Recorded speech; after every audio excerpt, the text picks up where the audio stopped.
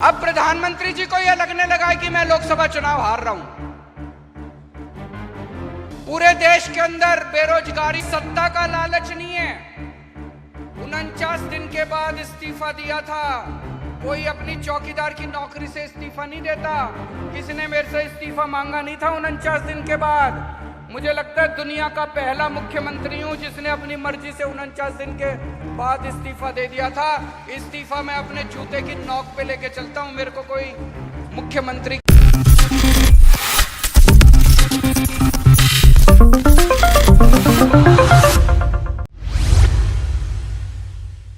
दिल्ली शराब नीति घोटाले मामले में मुश्किलें कम नहीं हो रही हैं दिल्ली के मुख्यमंत्री अरविंद केजरीवाल की, क्योंकि ईडी की तरफ से उन्हें समन भेज दिया गया है। दावे तो ये तक किए जा रहे हैं कि जल्द से जल्द उन्हें दूसरा समन भी भेजा जा सकता है।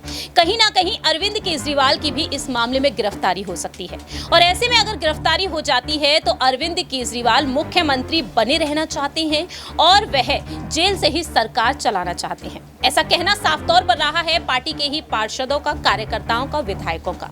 लेकिन आखिरकार ईडी का कड़ा एक्शन, वो दूसरा कड़ा एक्शन कब देखने को मिलेगा, ये तो वक्त के साथ साथ पता चलेगा।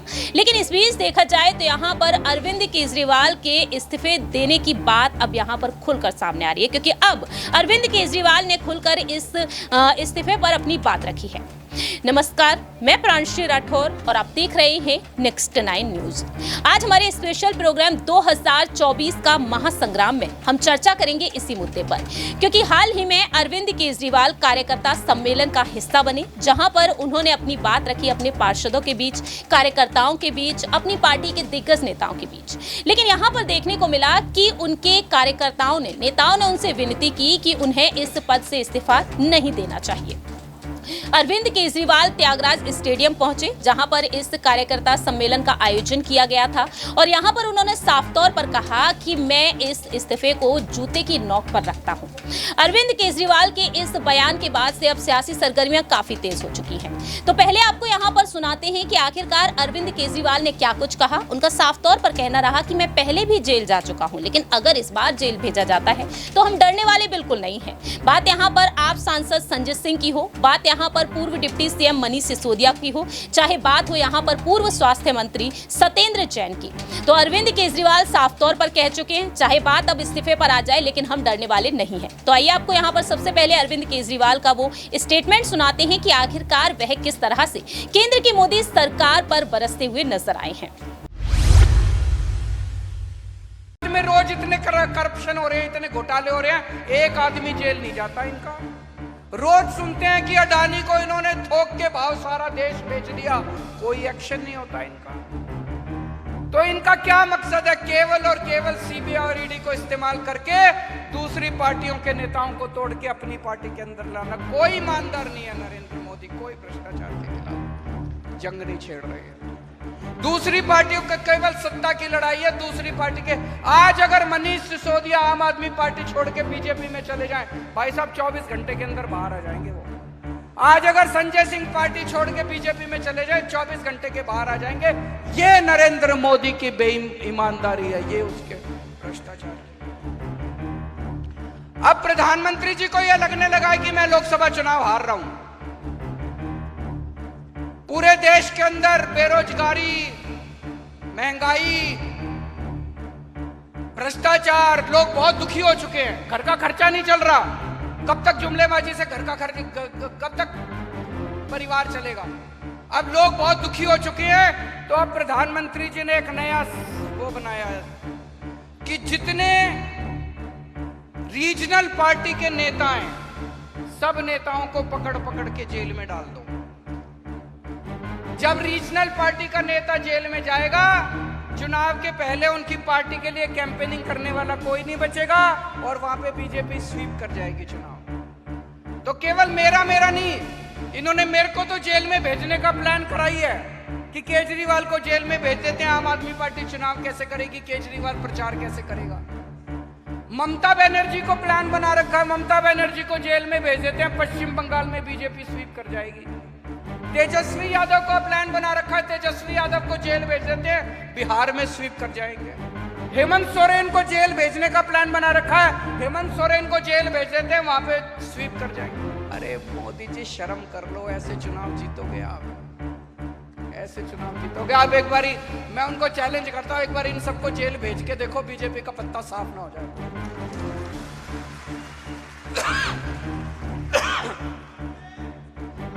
हम लोग जेल जाने से नहीं डरते, जेल हमारे लिए भूषण है। एक क्रांतिकारी के लिए जेल भूषण होती है। हम लोगों को जेल का कोई डर नहीं है। मैं जेल एक बार 15 दिन रह के आया था, अंदर ठीक ठाक इंतजाम होता है। आप भी कभी जेल जाओ तो चिंता मत करना।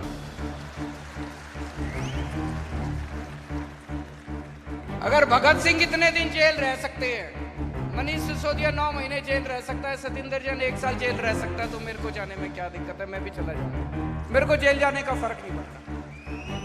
लेकिन हमारे सामने प्रश्न है और हमें सत्ता का लालच नहीं है। 49 दिन के बाद इस्तीफा दिया था, कोई अपनी चौकीदार की नौकरी से इस्तीफा नहीं देता। किसी ने मेरे से इस्तीफा मांगा नहीं था 49 दिन के बाद। मुझे लगता है दुनिया का पहला मुख्यमंत्री हूं जिसने अपनी मर्जी से 49 दिन के बाद इस्तीफा दे दिया था। इस्तीफा मैं अपने जूते की नोक पे लेके चलता हूं, मेरे को कोई मुख्यमंत्री की कुर्सी का लालच नहीं है। लेकिन हमें ये देखना है इनका ये जो षड्यंत्र है, इस षड्यंत्र के अंदर अपने को नहीं फंसना।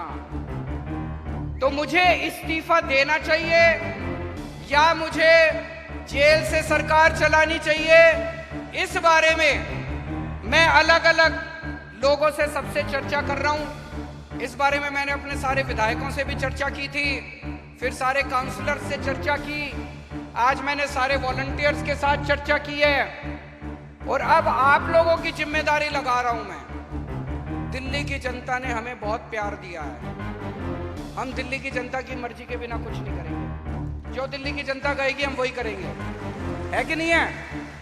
तो अब आप लोगों को दिल्ली में घर घर जाना है, घर घर जाके जनता से पूछना है क्या करना चाहिए। नुक्कड़ सभा करनी है। जैसे आपको याद है जब सबसे पहले हमारी सरकार बनी थी 28 सीट आई थी, हमें कांग्रेस से समर्थन लेना है कि नहीं लेना, हमने जनता से पूछा था। जनता ने कहा ले लो, हमने ले लिया। अभी ये भी एक वैसा ही, हम दोराहे के ऊपर खड़े हैं, पार्टी दोराहे के ऊपर खड़ी है। आप लोगों को घर घर जाना चाहेंगे, सब लोग समय देना पड़ेगा, मेहनत करनी पड़ेगी। अगले 10 से 15 दिन के अंदर हमें पूरी दिल्ली छान मारनी है, घर घर में जाना है, जनता से पूछना है कि क्या इस्तीफा देना चाहिए या जेल से सरकार चलानी चाहिए। जो जनता कहेगी, जनता का हुक्म हमारे सर माथे पर। और एक बात, आज से ये सोच लेना कि लोकसभा के चुनाव का प्रचार शुरू हो गया। यही लोकसभा के चुनाव का प्रचार है। एक एक घर में जाके इनकी बीजेपी की और नरेंद्र मोदी की पोल खोलनी है। आपको एक एक घर में जाके नुक्कड़ सभाएं करनी है, उनके अंदर इनकी पोल खोलनी है। मैं जेल के अंदर रहूं या जेल के बाहर रहूं, इस बार दिल्ली की एक भी सीट लोकसभा की बीजेपी को नहीं आनी चाहिए। भारत माता की, भारत माता। आपने देखा कि किस तरह से यहाँ पर अरविंद केजरीवाल ने अपने इस्तीफे पर अब अपनी बात रख दी है। लेकिन सवाल यहाँ पर खड़े होते हैं कि अरविंद केजरीवाल क्या वाकई में अब एक इमोशनल कार्ड खेलते हुए नजर आ रहे हैं। सवाल यहाँ पर रहेगा न्यूज रूम में बैठे हुए सहयोगियों से कि आखिरकार वह इस मामले पर क्या कुछ कहना चाहेंगे। अरविंद केजरीवाल के इस बयान को वह आखिरकार किस तरह से ले रहे हैं। सबसे पहला सवाल रहेगा यहाँ पर प्रज्ञा से कि आखिरकार वह उनके इस बयान को किस तरह से ले रही हैं, क्योंकि यहाँ पर सत्येंद्र जैन है, मनीष सिसोदिया है, संजय सिंह है और जिन्हें जेल से रिहा कराने के लिए केजरीवाल के यहाँ पर जो कार्यकर्ता है उनकी तमाम कोशिशें जारी हैं। लेकिन यहाँ पर अरविंद केजरीवाल जो साफ तौर पर कह रहे हैं अपने इस्तीफे पर बात, तो प्रज्ञा आप उनके इस बयान को कैसे देख रही हैं? क्या ये एक इमोशनल कार्ड खेला जा रहा है?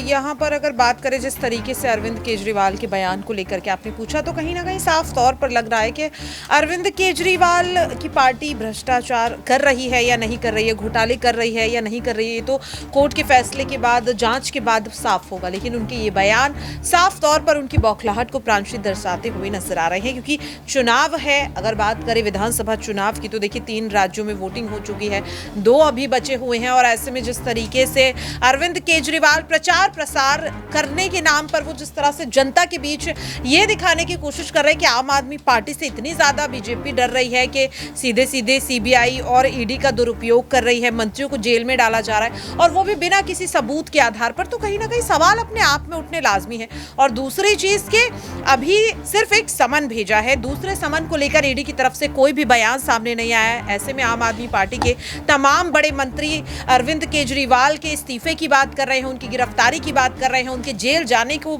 लेकर बात कर रहे हैं, जेल से सरकार चलाने की बात कर रहे हैं। तो ये ऐसा लग रहा है कि कुछ ज्यादा ही दूर का एक भविष्य का जो आकलन है वो कहीं ना कहीं साफ तौर पर आम आदमी पार्टी कर रही है, क्योंकि पहले दूसरा समन तो भेजने दीजिए, ईडी को पूछताछ तो करने दीजिए। यहाँ पर जिस तरीके से अभी समन भी नहीं भेजा है, ईडी ने कोई कार्रवाई नहीं की है और अरविंद केजरीवाल जेल में रहकर किस तरह से सरकार चलाएंगे इस पर पार्टी मंथन करती नजर आ रही। तो बिल्कुल बेबुनियादी चीजें हैं। साफ तौर पर लग रहा है कि जनता के बीच आम आदमी पार्टी अब कहीं ना कहीं इमोशनल कार्ड खेलती हुई नजर आ रही है, क्योंकि ये नहीं कहा जा सकता कि एनडीए पूरी तरह से हारने वाली है या फिर जो इंडिया अलायंस है वो पूरी तरह से जीतने वाली है। तो कहीं ना कहीं अपने पक्ष को मजबूत करने के लिए आम आदमी पार्टी साफ तौर पर जनता के बीच एक कह सकते हैं कि ये दिखाने की कोशिश कर रही है कि हम इतने मजबूत हैं कि हमारे खिलाफ जांच एजेंसियों का दुरुपयोग करके हमें तोड़ने की कोशिश की जा रही है। देखिए, जैसा कि प्रज्ञा ने यहाँ पर अपनी राय रखी है, उनका कहना साफ तौर पर रहा है कि कहीं ना कहीं इमोशनल कार्ड वाकई में खेला जा रहा है। अगला सवाल यहाँ पर नेहा से रहेगा कि क्या वह वाकई में यहाँ पर प्रज्ञा की इन बातों से सहमत है, या फिर यहाँ पर यूं कहा जाए कि ईडी सीबीआई केंद्र की मोदी सरकार के नेतृत्व में काम करते हुए यहाँ पर इस पार्टी के खिलाफ, इस पार्टी को खत्म करने की साजिश पूरी तरीके से रची जा रही है। देखिए, यहाँ पर जैसे कि अभी प्रज्ञा ने बताया और आप भी यहाँ पर कह रही हैं कि जिस तरीके से जांच एजेंसियों का नाम बार बार केंद्र सरकार से यहाँ पर जोड़ा जा रहा है कि केंद्र सरकार के कहने पर जांच एजेंसियां अपना काम कर रही है, तो देखिए कहीं ना कहीं अभी बातें उठने भी वाजिब है, क्योंकि जैसे ही चुनाव यहाँ पर नजदीक आया तभी ईडी सीबीआई इतनी ज्यादा एक्टिव यहाँ पर हो गई है और ईडी सीबीआई सिर्फ उन नेताओं के घर पर जा रही है जो बीजेपी से नहीं है। यहाँ सीधे तौर पर मैं कहना चाहूंगी, क्योंकि देखिए कुछ दिन पहले जब चुनाव शुरू होने वाले थे, अरविंद केजरीवाल के एक स्टेटमेंट सामने आया था जिसमें वो ये कहते नजर आए थे कि भाजपा पूरे तरीके से हमारी पार्टी को खत्म करना चाहती है और इसीलिए लगातार आम आदमी पार्टी के नेताओं को जेल के अंदर डाला जा रहा है और अब सीधा नंबर मेरा भी हो सकता है, क्योंकि अगर मैं जेल के अंदर गया तो यहाँ पर मेरा इस्तीफा जबरन मुझसे करवाया जाएगा, लेकिन मैं भी यहाँ पर इस्तीफा नहीं दूंगा। अगर मुझे गिरफ्तार किया गया तो मैं जेल के अंदर से ही अपनी सरकार को चलाऊंगा और यहाँ पर करारा जवाब दूंगा। तो देखिए यहाँ पर जांच एजेंसियां इस वक्त क्या काम कर रही है, देखिए ये तो नहीं कहा जा सकता, लेकिन हाँ ये कहा जा सकता है कि कहीं ना कहीं कठपुतली बनकर जरूर यहाँ पर जांच एजेंसियां काम कर रही हैं। वाकई में देखा जाए तो यहाँ पर बार बार जांच एजेंसियों पर बात निकलकर सामने आ रही है, लेकिन यहाँ पर अगला सवाल जो रहेगा दौलत से रहेगा, क्या वाकई में यहाँ पर जो जांच एजेंसियां काम कर रही हैं उन्हें क्या लगता है, क्या जांच एजेंसियां यहाँ पर केंद्र की मोदी सरकार के कहने में ही काम कर रही है, या फिर यहाँ पर यूँ कहा जाए कि अब केजरीवाल जो ईडी सीबीआई तक यहाँ पर अपनी शिकायत लेकर पहुँच रहे हैं। बात यहाँ पर दिल्ली के मुख्य सचिव नरेश कुमार को लेकर की जाए, चाहे उनके बेटे को लेकर की जाए।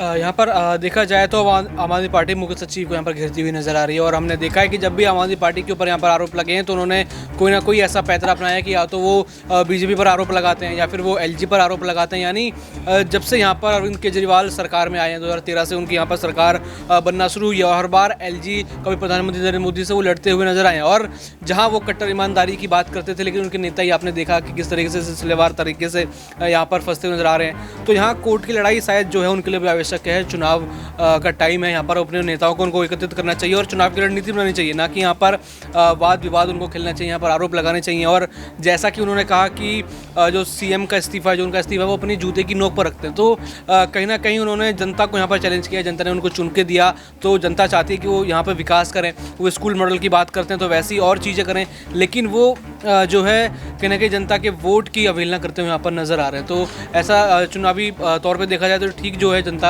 इसको नहीं समझेगी और कहीं ना कहीं यहाँ पर जवाब देगी जनता उनको। वाकई में देखा जाए तो यहाँ पर बात अब जनता पर आती हुई नजर आ रही है। अगला सवाल यहाँ पर हमारे सहयोगी अमन जी से रहेगा कि आखिरकार उनका इस मामले में क्या कुछ कहना है। सीएम अरविंद केजरीवाल जिस तरह से जो बयान दिए हैं, उस बयान के बाद से देखा जाए कि किस तरह से यहाँ पर अलग अलग मायने निकाले जा रहे हैं। 2024 में लोकसभा चुनाव होंगे और लोकसभा चुनाव के लिए यहाँ पर देखा जाए तो केजरीवाल भी इस लिस्ट में आगे हैं पीएम पद की दावेदारी में। क्या यहाँ पर पीएम बनने की चाह अब उनमें साफ तौर पर दिखाई दे रही है? देखिए बिल्कुल, और जिस तरह से अरविंद केजरीवाल को लेकर पहले भी बात होती रही है कि भाई उनको मुख्यमंत्री नहीं बल्कि प्रधानमंत्री बनना चाहिए, खुद उनकी पार्टी ने इस बात को कहा है। और देखिए जब से इंडी गठबंधन बना है उसके बाद से तो लगातार इस बात को लेकर चर्चा हो रही है कि आखिर इस इंडी गठबंधन का मुखिया कौन होगा। कोई राहुल गांधी के बारे में बात करता है, कोई नीतीश कुमार के बारे में बात करता है, तो कोई अरविंद केजरीवाल के बारे में बात करता हुआ नजर आता है। तो ऐसे में जो चाह है वो कहीं ना कहीं निकल कर सामने आती है और यही वजह है। इसी मेरे ख्याल से मद्देनज़र उन्होंने बयान भी दिया कि भाई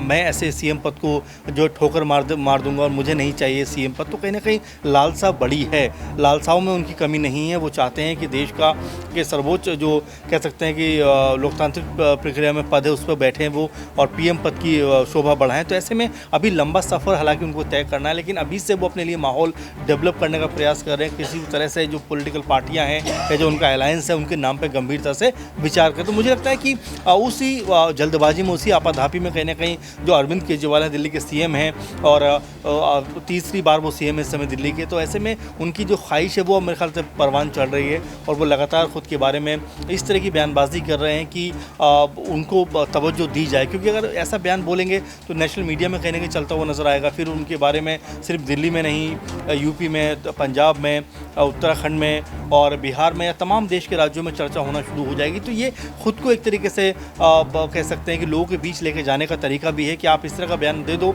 ताकि मीडिया आपको खुद ही कवर करे और तमाम लोगों तक वो बात पहुंच जाए। आखिरी छोटा सा सवाल, 7 लोकसभा सीटें दिल्ली में और इन 7 लोकसभा सीटों पर क्या वाकई में आम आदमी पार्टी की जीत 24 में होती हुई नजर आ सकती है? देखिए बिल्कुल ये बड़ा सवाल अपने आप में है, क्योंकि इससे पहले अगर देखा जाए तो जो आम आदमी पार्टी है वो लगातार विधानसभा चुनाव जीत रही थी। इस बार उन्होंने एमसीडी चुनाव भी जीत लिया और जैसा वो कहते हुए नजर आ रहे हैं कि दिल्ली में इस बार 7 सीटों पर आम आदमी पार्टी का कब्जा होगा। लेकिन ये इतना आसान होने वाला है नहीं, क्योंकि अगर देखा जाए तो इंडी गठबंधन में जो कांग्रेस पार्टी है वो भी यहाँ पर सीटों पर ज़रूर चुनाव लड़ेगी। तो ऐसे में कितनी सीटों पर वो चुनाव लड़ते हैं, कितनी जीतते हैं, देखने वाली बात होगी। लेकिन कहीं ना कहीं अगर देखा जाए तो अरविंद केजरीवाल अभी से अपने लिए माहौल ऐसा बना रहे हैं कि अगर आने वाले दिनों में उनको इस जिम्मेदारी दी जाती है, यानी कि जो पद के चेहरे के तौर पर उनको पेश किया जाता है, तो वो उससे इनकार नहीं करेंगे। क्योंकि वो जो है कह सकते हैं कि उनकी लालसाएँ बड़ी हैं, उनका जो कह सकते हैं कि आने वाले दिनों में उनकी ख्वाहिशें बड़ी हैं और वो कहीं ना कहीं किसी न किसी तरह से पीएम पद के पर बैठना चाहते हैं, पीएम पद हासिल करना चाहते हैं। वाकई में देखा जाए तो कहीं ना कहीं अरविंद केजरीवाल की यहाँ पर चाह बढ़ती हुई नजर आ रही है प्रधानमंत्री पद के लिए। क्योंकि आपको याद दिला दें कि आम आदमी पार्टी की ही कुछ कार्यकर्ताओं का, नेताओं का कहना रहा कि पीएम मोदी चाहे केजरीवाल जी को जेल ही क्यों ना भेज दें, लेकिन 2024 में प्रधानमंत्री तो वही बनेंगे। अब आने वाले समय में देखना होगा कि ईडी यहाँ पर दूसरा समन उन्हें कब भेजेगी और अगर भेजती है तो क्या वाकई में उनकी गिरफ्तारी होगी या फिर नहीं। लेकिन आने वाले दिनों में ये देखना होगा कि क्या केजरीवाल की अगर गिरफ्तारी हो जाती है तो क्या वह जेल से सरकार चलाते हुए नजर आएंगे या फिर नहीं। लेकिन इस पूरे ही सियासी प्रकरण पर आपकी क्या कुछ राय प्रतिक्रिया कमेंट सेक्शन में आप बता सकते हैं। फिलहाल के लिए हम चलते हैं, बाकी की तमाम अपडेट्स के लिए आप देखते रहिए नेक्स्ट 9 न्यूज।